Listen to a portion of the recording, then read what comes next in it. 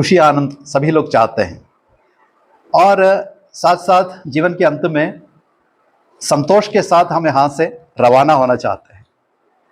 एक संतोषमय जीवन, ए life of contentment हम सब चाहते हैं। वचन में कई उदाहरण को हम देखते हैं।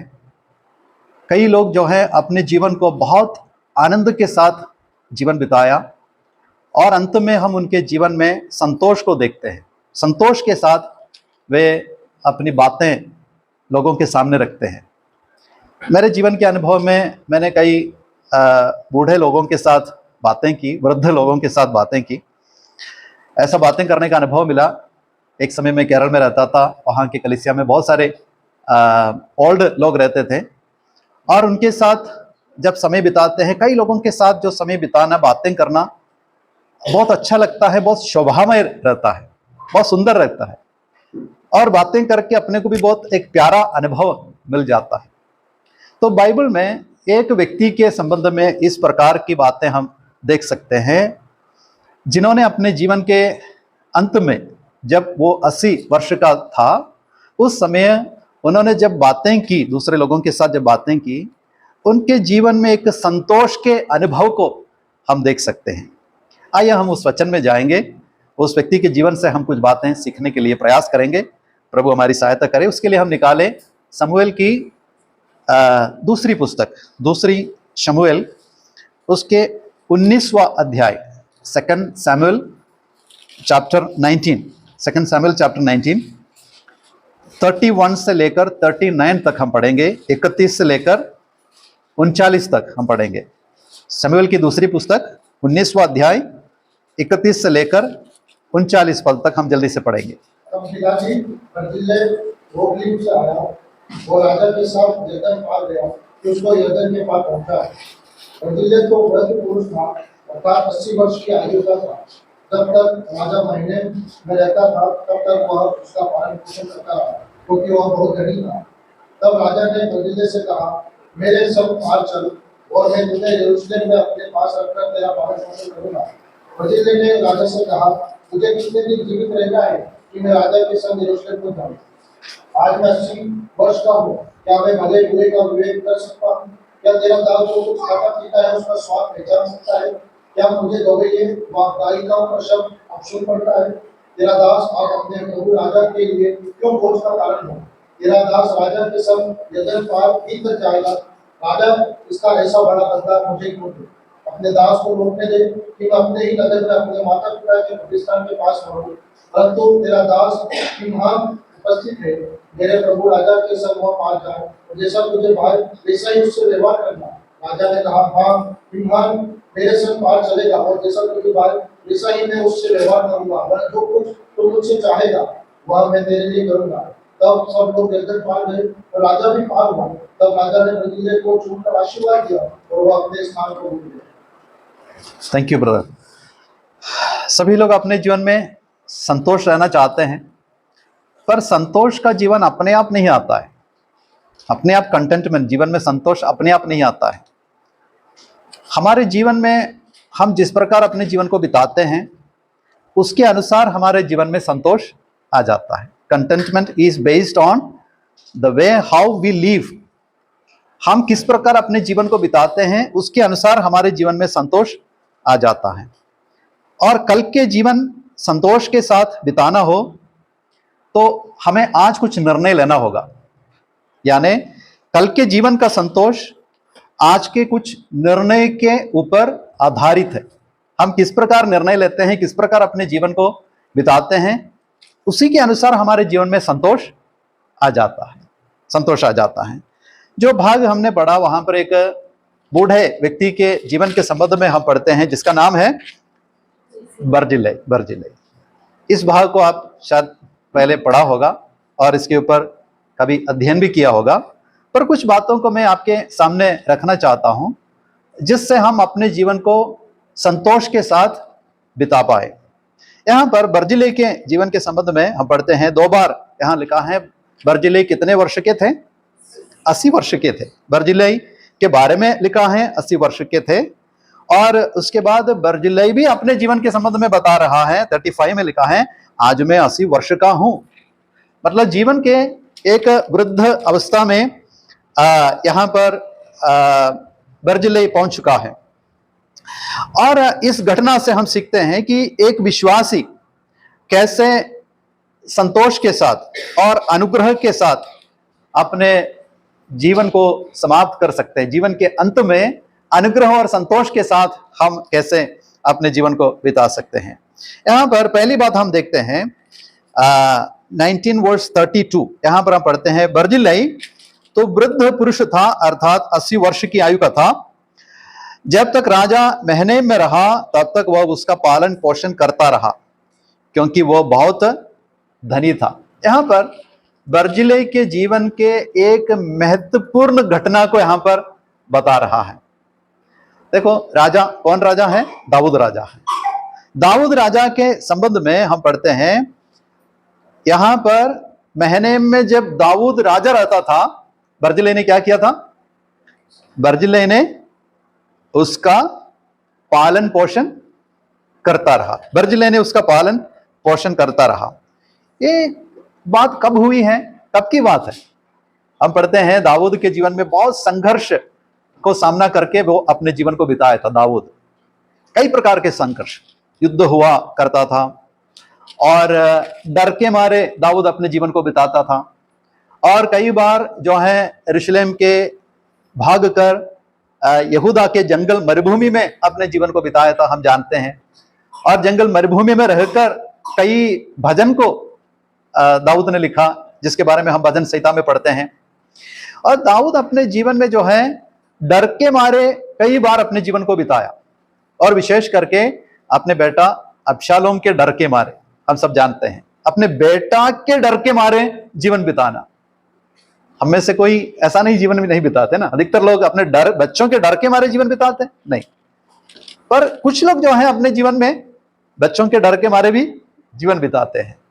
यहां पर दाऊद के जीवन में ऐसा था, दाऊद अबशालोम के डर के मारे अपने जीवन को बिता रहा था एक समय में, और उस समय में वो महनैम में रहता था। उसके संबंध में इसके पहले एक अध्याय में हम पढ़ते हैं, 17 अध्याय में हम पढ़ते हैं, 17 अध्याय के 27 और 28। जल्दी से मैं पढ़ता हूं, 17 वर्स 27 एंड 28। 17 अध्याय 27 और 28। जब दाऊद महनैम में आया तब अमोनियों के रब्बा के निवासी नहाश का पुत्र शोबी और लोदबर वासी अमीएल का पुत्र माकिर और रोगनिम निवासी गिलादी बर्जिल्लै, यहां पर बर्जिल्लै का नाम आ रहा है, उन्होंने क्या किया? चारपाइयां, तसले, मिट्टी के बर्तन, गेहूं, जौ, मैदा, लोबिया, मसूर, भुने दाने, मधु, मक्खन, भेड़ बकरियां और गाय के दही का पनीर दाऊद और उसके संगियों के खाने को यह सोचकर ले आए, जंगल में वे लोग भूखे प्यासे और थके मांदे होंगे। देखो, यहां पर बर्जिल्लै के जीवन की एक विशेष बात को यहां पर हम पढ़ते हैं। उसने क्या किया? उसने दाऊद राजा का पालन पोषण किया, मतलब दाऊद की सेवा की है। तो यहां पर पहली बात यहां पर हम देख सकते हैं, ए life of service produces A state field with grace and contentment. मतलब अनुग्रह से भरी अवस्था, यानी संतोष से भरी अवस्था एक सेवा के जीवन से बनती है। एक सेवा के जीवन से हमें संतुष्टि आ जाती है, संतुष्टि आ जाता है। दाऊद ने क्या किया? बर्जिल्लै ने क्या किया? बर्जिल्लै ने दाऊद की सेवा की है। दाऊद और उनके साथ कितने लोग हैं? 400 लोग, है ना, लिखा है, यहां पर लिखा है और कहीं लिखा है। दाऊद के साथ 400 लोग थे, महनैम में जंगल में रहते थे। पर दाऊद की सेवा करने के लिए, बाकी लोगों की सेवा करने के लिए बर्जिल्लै और उनके साथियों को लेकर के वे जाकर उनके पालन पोषण किए, उनकी सेवा की है। इससे हम क्या समझ सकते हैं?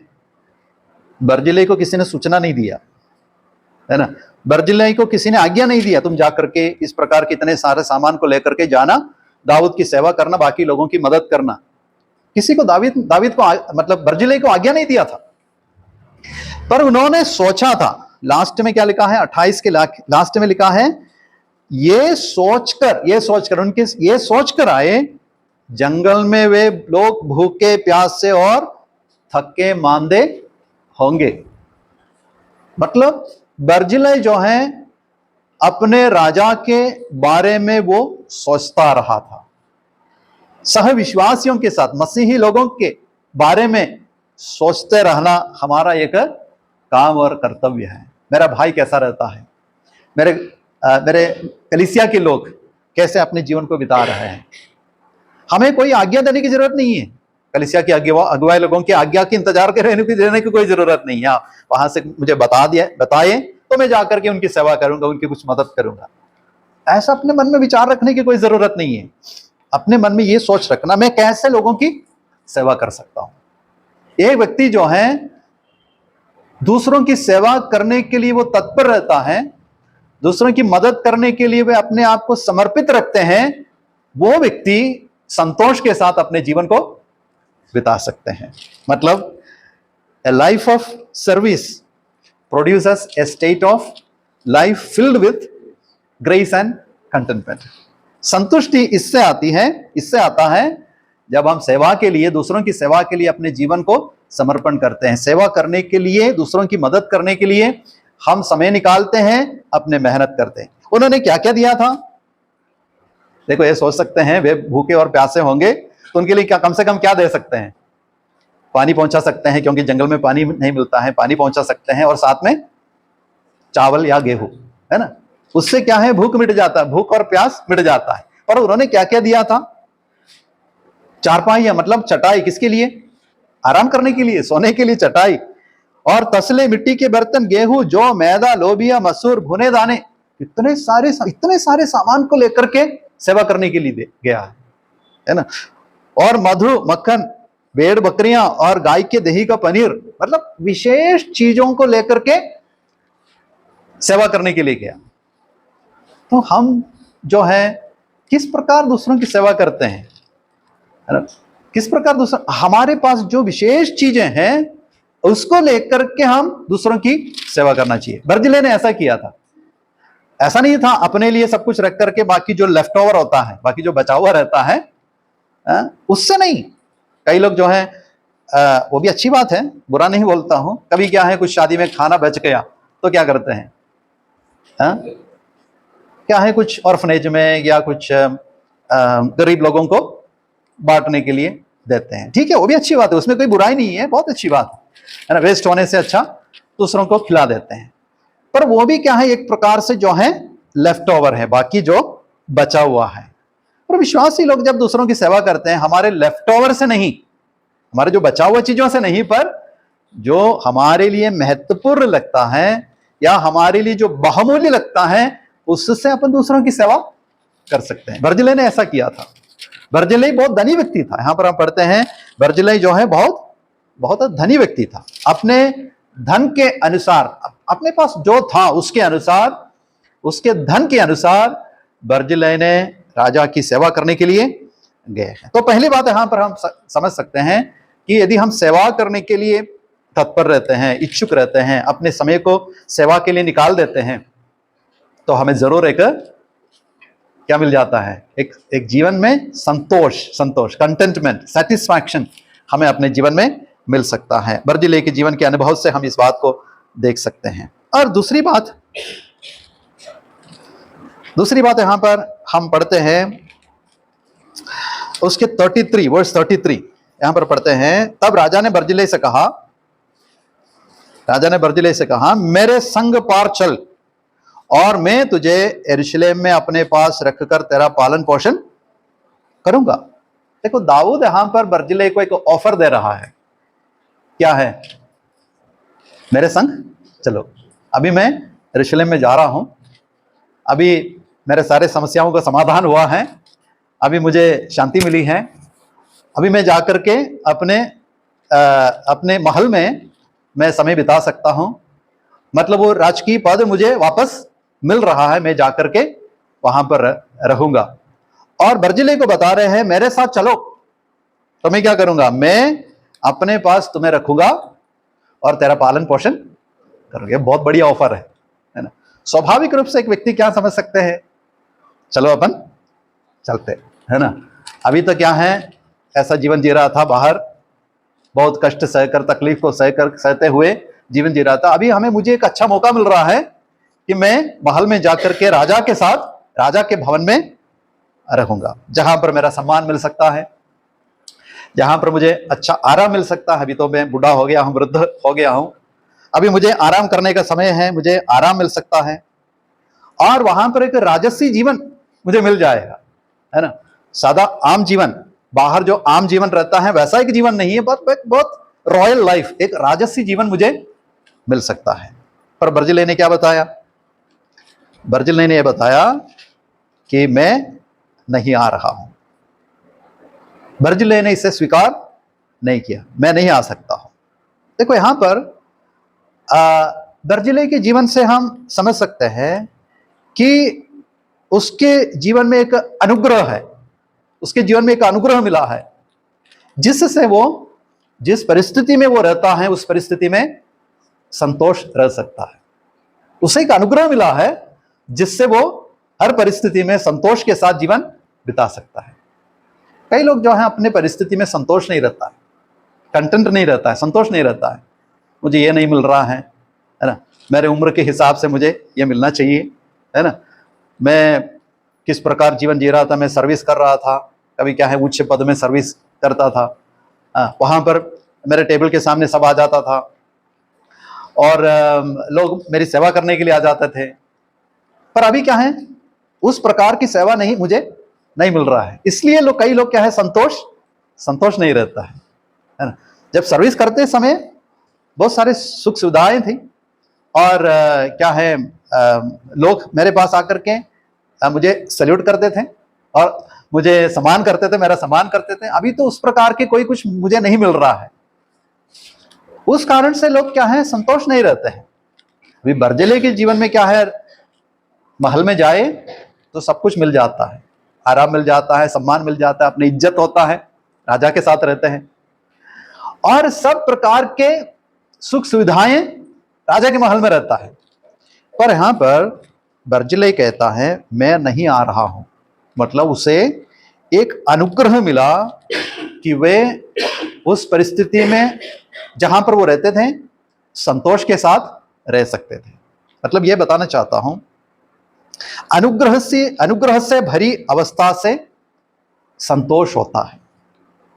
यदि हमें परमेश्वर का अनुग्रह मिला तो हम संतोष के साथ अपने जीवन को बिता सकते हैं।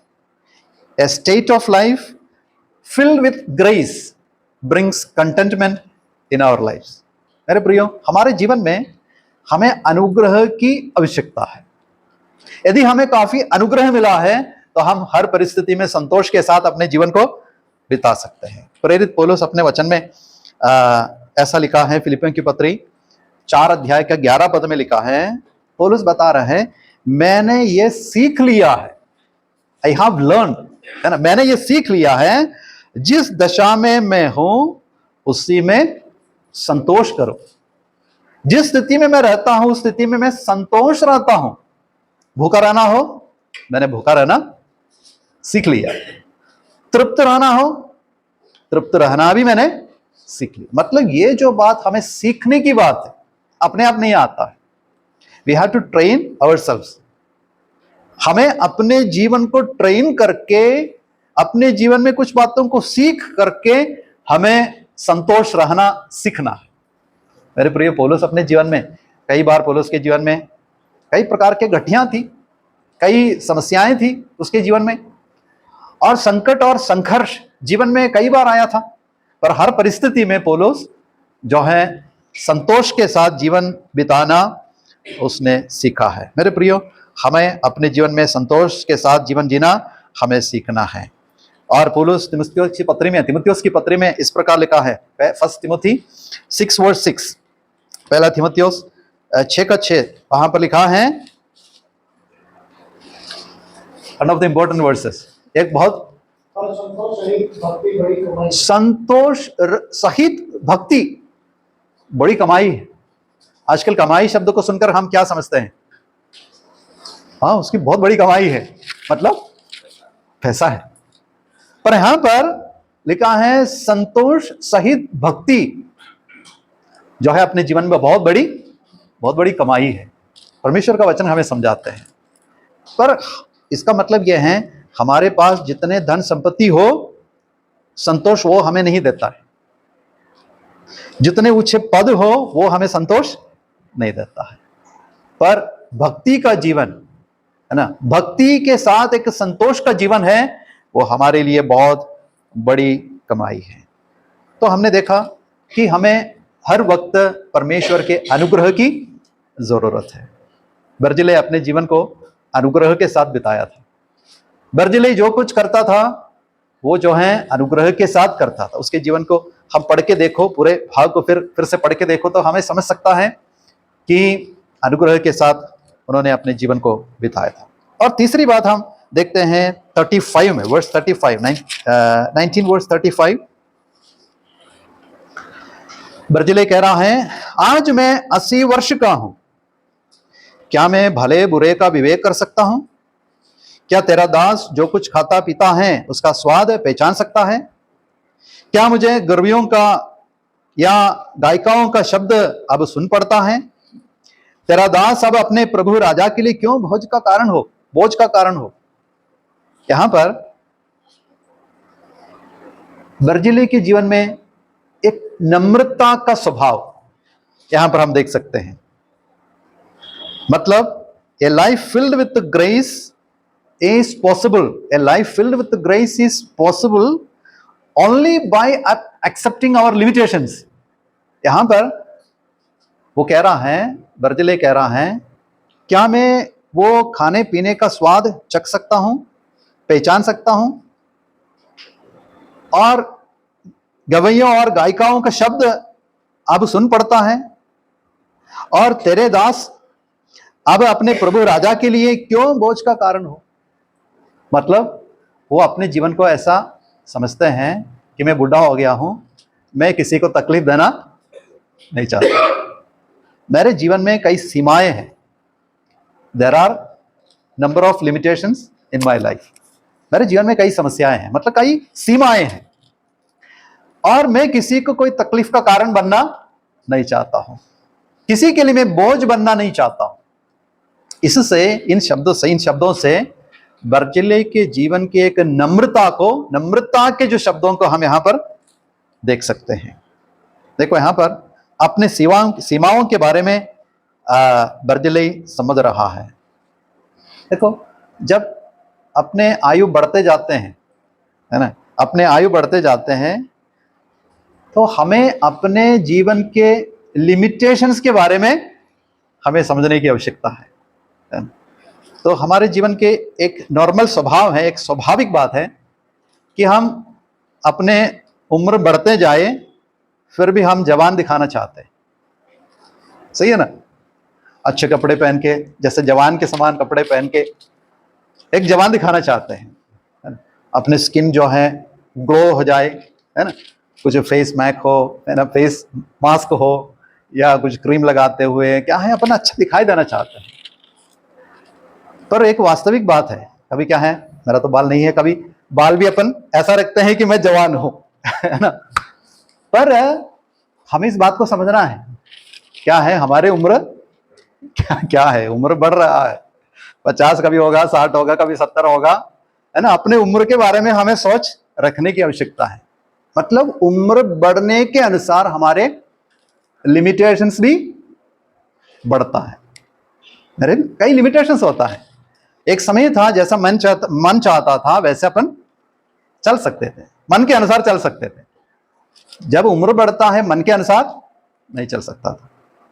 यहां पर बर्जिले बता रहे हैं, बर्जिले जो है बता रहा है, अभी राजा के महल में क्या है, बहुत सारे कार्यक्रम होता है, वहां पर अच्छा स्वादिष्ट भोजन परोसा जाता है, और वहां पर क्या है, बहुत सारे मनोरंजन की बातें भी चलता है, राजा के महल में मनोरंजन की बातें भी चलता है।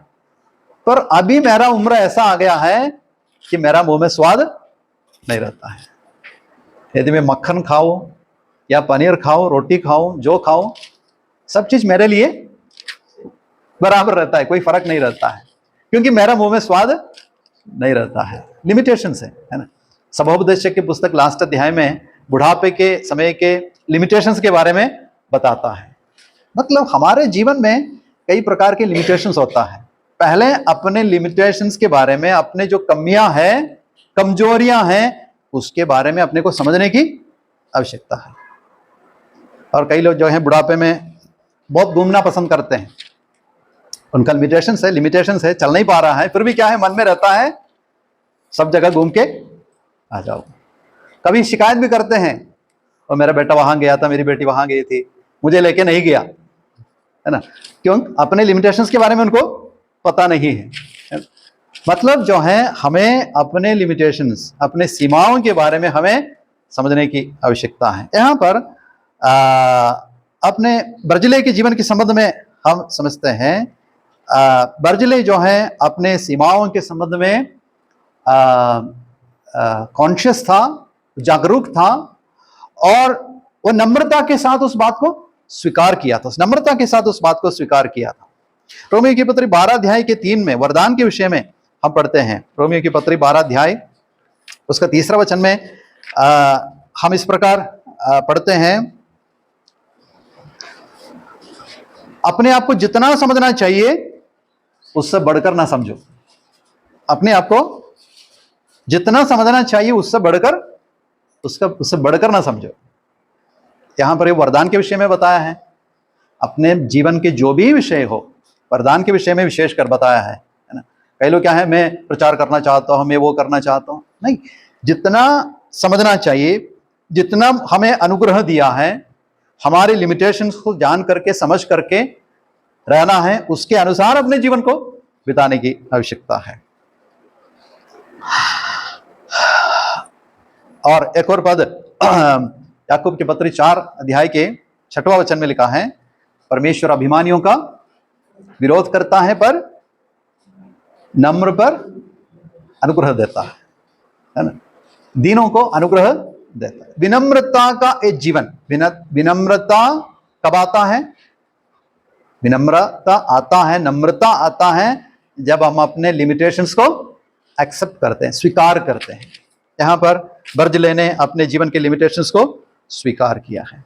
और चौथी बात पर हम जाएंगे। चौथी बात हम बर्जिले के जीवन से हम देखते हैं, उसका 37 वर्स 37 यहां पर पढ़ते हैं, अपने दास को लौटने दे, क्योंकि राजा कहते हैं मेरे संग पार चल, मेरे संग चल। पर दाऊद से बर्जिले कहते हैं अपने दास को लौटने दे कि मैं अपने ही नगर में अपने माता पिता के कब्रिस्तान के पास मरूं। देखो, मैं अपने घर में रहना चाहता हूं, मैं संतोष के साथ अपने घर में रहता, मैं किसी को परेशान करना नहीं चाहता, मेरा जीवन किसी के लिए बोझ का कारण ना बने। और लिखा है, परंतु ये बात हमें अच्छे से समझना है। 37, परंतु तेरा दास किमहाम उपस्थित है, मेरे प्रभु राजा के संग वो पार जाए, और जैसा तुझे भाए वैसा ही उससे व्यवहार करे। कौन है किंगहाम? एक जवान व्यक्ति है, एक जवान व्यक्ति है। तो बर्जिले के जीवन से हम एक सीख सकते हैं, एक संतोष के साथ जीवन जीने वाले एक व्यक्ति के जीवन से हम यही सीख सकते हैं कि वो जो है अगली पीढ़ी को आशीष देना चाहते हैं, अगले पीढ़ी को, नेक्स्ट जनरेशन को, अगले पीढ़ी को आगे बढ़ाना चाहते हैं। ऐसा नहीं कि मैं मर जाऊंगा तब सब खत्म हो जाएगा, नहीं, ऐसा नहीं है, मेरे साथ सब खत्म। कई लोग ऐसा विचार रखते हैं, है ना, मेरे साथ सब खत्म हो जाएगा। पर यहां पर बर्जिले कहते हैं किंगहाम उपस्थित है, मेरे प्रभु राजा के संग वो पार जाए, और जैसा तुझे भाए वैसा ही उससे व्यवहार करना। देखो, यहां पर हम पढ़ते हैं कि एक अगले पीढ़ी के संबंध में वो सोचता था, अगले पीढ़ी को आशीष देने के लिए वो चाहता था। मेरे प्रिय, हमारे जीवन में अगले पीढ़ी के लिए एक विचार रखने की आवश्यकता है। जब हम सेवा करते हैं, ऐसा नहीं सोचना मेरा सेवा हो गया, मेरे के साथ सब कुछ खत्म हो जाए, नहीं। अपन एक सेवा करते हैं, वो सेवा जो है कंटिन्यू रहे, जारी रहे, एक दिया के रूप में हम एक स्थान में हम दिया जला के रखते हैं और वो सदा जलते रहें, उसका प्रकाश कई लोग देख सकें और इस दिया से और दियाएं आ जाए। इस प्रकार का एक मन अपने जीवन में रखने की आवश्यकता है। पौलुस अपने जीवन में तीमुथियुस से जब कहते हैं, उससे कहते हैं 2 तीमुथियुस 2:2, यहां पर हम पढ़ते हैं, जो बातें तूने मुझसे सुनी है उन्हें विश्वासी लोगों को सौंप दे। विश्वास योग्य लोगों को इन बातों को सौंप देना चाहिए। एक जनरेशन के बाद दूसरा जनरेशन आ जाता है। यह वचन जिसको हम समझते हैं वचन की सच्चाई है, उस सच्चाई को हम समझते हैं, पालन करते हैं, उस वचन को, वचन की सच्चाइयों को हम अगली पीढ़ी को देना चाहिए। अपने बच्चे हैं, संडे स्कूल के बच्चे हैं, अगली पीढ़ी हैं, उनको आगे बढ़ाने के लिए हमें प्रयत्न करना जरूरी है। उसके लिए कि इच्छा रखना है, उस पर हमें ध्यान देने की आवश्यकता है। प्रभु हमारी सहायता करें। एक और बात बोल करके, बता करके मैं समझना चाहता हूं। देखो, यहां पर बर्जिल्लै इनकार किया, स्वीकार नहीं किया, है ना। मुझे कुछ नहीं होना, मेरे को कुछ नहीं होना, क्या है, मैं यहां पर संतोष रह सकता हूं। पर दाऊद किमहाम को लेकर के अपने महल चला गया।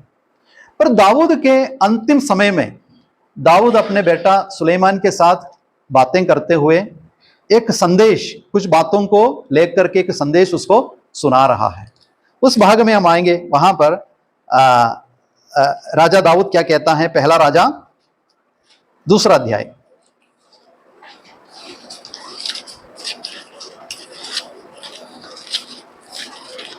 पहला राजा 2 अध्याय, उसका 7वां वचन पढ़ेंगे, 2:7। और वे तेरी मेज पर खाने वाले बने रहेंगे, क्योंकि जब मैं तेरे भाई अबशालोम के सामने से भागा जा रहा था, तब उन्होंने मेरे पास आकर वैसा ही किया था। देखो, दाऊद ने बर्जिल्लै की पूरी कहानी सुलेमान को बता दिया, है ना। जब मैं तेरे भाई अबशालोम के सामने से भागा जा रहा था, तब उन्होंने मेरे पास आकर के वैसा ही किया था। देखो, एक बार नहीं, दाऊद कहता है कि बर्जिल्लै जो है मेरा पालन पोषण करता रहा, ऐसा लिखा, करता रहा। एक बार की बात नहीं है, बहुत समय तक बर्जिल्लै ने दाऊद और उनके साथियों का पालन पोषण किया। ये सारी बातें दाऊद राजा बर्जिल्लै के संबंध में किसको सुनाया? सुलेमान को सुनाया। और सुलेमान को बता दिया कि बर्जिल्लै के पुत्रों पर कृपा रखना, है ना, शो काइंडनेस और mercy upon the children of Barzillai. Barzillai के पुत्रों पर कृपा रखना और वे तेरी मेज पर खाने वालों में रहें। देखो, यहां पर बर्जिल्लै यहां पर नहीं लिखा है, पर इस बात को हम समझ सकते हैं। बर्जिल्लै जो है एक विश्वास योग्य परमेश्वर पर भरोसा रखा था। परमेश्वर के विश्वास योग्यता को उसने नहीं भूला। बर्जिल्लै समझता था, बर्जिल्लै अपने जीवन के संबंध में समझता था कि परमेश्वर जो है मेरे लिए विश्वास योग्य है, परमेश्वर मेरे लिए विश्वास योग्य है। और यहां पर हम इस बात को समझ सकते हैं, परमेश्वर लोगों के सेवा को नहीं भूलता है। बर्जिल्लै ने जो सेवा किया है, उस सेवा को परमेश्वर कभी नहीं भूलता है। God never forgets faithfulness, God never forgets faithfulness, and this gives us reason to remain content in our lives. परमेश्वर जो है विश्वास योग्यता को नहीं छोड़ता है। परमेश्वर सदा विश्वास योग्य रहता है। परमेश्वर विश्वास योग्यता को कभी नहीं भूलता। इस बात को समझकर हम अपने जीवन में संतोष रह सकते हैं। देखो, हम अपने जीवन में जो कुछ करता है, जो कार्य हम करते हैं, परमेश्वर जानते हैं, परमेश्वर उसका याद रखता है। इसलिए हम सदा परमेश्वर पर और परमेश्वर की विश्वास योग्यता पर भरोसा रखते हुए एक संतोष का जीवन बिता सकते हैं। एक दो पद उसके संबंध में पढ़ के मैं समाप्त करना चाहता हूं। इब्रानियों की पत्री 6वां अध्याय के 10वां पद, इब्रानियों की पत्री 6 का 10, वहां पर लिखा है, परमेश्वर अन्यायी नहीं है कि तुम्हारे काम और प्रेम को भूल जाए। परमेश्वर अन्यायी नहीं है कि तुम्हारे काम और प्रेम को भूल जाए। देखो, हम जो कुछ प्रभु के नाम से करते हैं, प्रभु के नाम से जो कुछ करते हैं, प्रभु उसका प्रतिफल देता है। प्रभु उस बात को नहीं भूलता है, चाहे छोटी सी बात हो या बड़ी सी हो। जो कुछ हम करते हैं, परमेश्वर सब कुछ स्मरण रखते हैं और उसको नहीं भूलता है। मेरे प्रियो, हमें जो कुछ करते हैं, हम जो कुछ करते हैं प्रभु के लिए करते हैं, प्रभु उसका आदर और सम्मान करते हैं। मत्ती 25 के 40 में लिखा है, जो तुमने मेरे इन छोटे से छोटे भाइयों में से किसी एक के साथ किया है, वह मेरे ही साथ किया है। देखो, परमेश्वर छोटे से छोटी बात को भी नहीं भूलता है। और परमेश्वर कहते हैं, एक सेवक को बताते हैं, सेवकों को बताते हैं, अच्छे और विश्वास योग्य दास करके कुछ लोगों को बताते हैं जो सेवा करते हैं, प्रभु के नाम से सेवा करते हैं, प्रभु के नाम के लिए विश्वास योग्य रहते हैं, अच्छे और विश्वास योग्य दास। वहां पर कहते हैं, तो थोड़े में विश्वास योग्य रहा है। मेरे प्रियो, हमें अपने जीवन में परमेश्वर पर भरोसा रखते हुए हमें अपने जीवन को बिताना है। हम जो कुछ करते हैं परमेश्वर कभी नहीं भूलता है। इससे हमें हिया मिल जाता है, इससे हमें साहस मिल जाता है। भलाई करने में साहस ना छोड़ो, हियाम ना छोड़ो, भलाई करते साहस ना छोड़ो। वचन में लिखा हियाम ना छोड़ना है, क्योंकि जो कुछ हम करते हैं, जो भलाई हम करते हैं अपने दोस्तों के साथ, सहविश्वासियों के साथ, अपने कलीसिया के साथ, अपने समाज के साथ, जो कुछ भलाई हम करते हैं, परमेश्वर उस भलाई का स्मरण रखता है, परमेश्वर उससे नहीं बोलता है। मेरे प्रियो, इसलिए हम परमेश्वर पर संपूर्ण भरोसा रखते हैं और एक संतोषमय जीवन, संतोषपूर्ण जीवन हम इस धरती में बिता सकते हैं। वचन कहते हैं, संतोष सहित भक्ति बड़ी कमाई है ना। इससे बढ़कर हमें क्या होना है? संतोष के साथ जीवन जीना, खुशी के साथ जीवन जीना, आनंद के साथ जीवन जीना। उससे बढ़कर हमें क्या जीवन होना है? उससे बढ़कर हमें क्या लाभ होना है? प्रभु हमारी सहायता करे। बर्जिलई के जीवन से हमने देखा, बर्जिलई संतोष के साथ अपने जीवन के अंत में संतोष के साथ जीवन बिताया, अनुग्रह के साथ जीवन बिताया, आनंद के साथ जीवन बिताया, और जिस स्थिति में, परिस्थिति में वो रहता था, उस परिस्थिति में बहुत संतोष के साथ, खुशी के साथ अपने जीवन को बिताया। कोई शिकायत नहीं है, एक नम्रता का जीवन है ना, परमेश्वर पर भरोसा रखते हुए एक जीवन बर्जिलई ने बिताया और हमें इस भाग से हमें सिखाया भी है। परमेश्वर हमारी सहायता करें, हम भी संतोष के साथ जीवन जीना सीखेंगे, है ना। हमें अपने आप को ट्रेनिंग करना है, सीखने की बात है। इन बातों को सीखकर हम परमेश्वर के लिए जिएंगे, अपने जीवन को बिताएंगे। संतोष सहित भक्ति, भक्ति सहित संतोष बहुत बड़ी कमाई है। ये वचन सदा हमारे हृदय में बना रहें और इसके अनुसार जीवन जीने के लिए परमेश्वर हमारी सहायता करे। प्रभु के नाम की महिमा हो।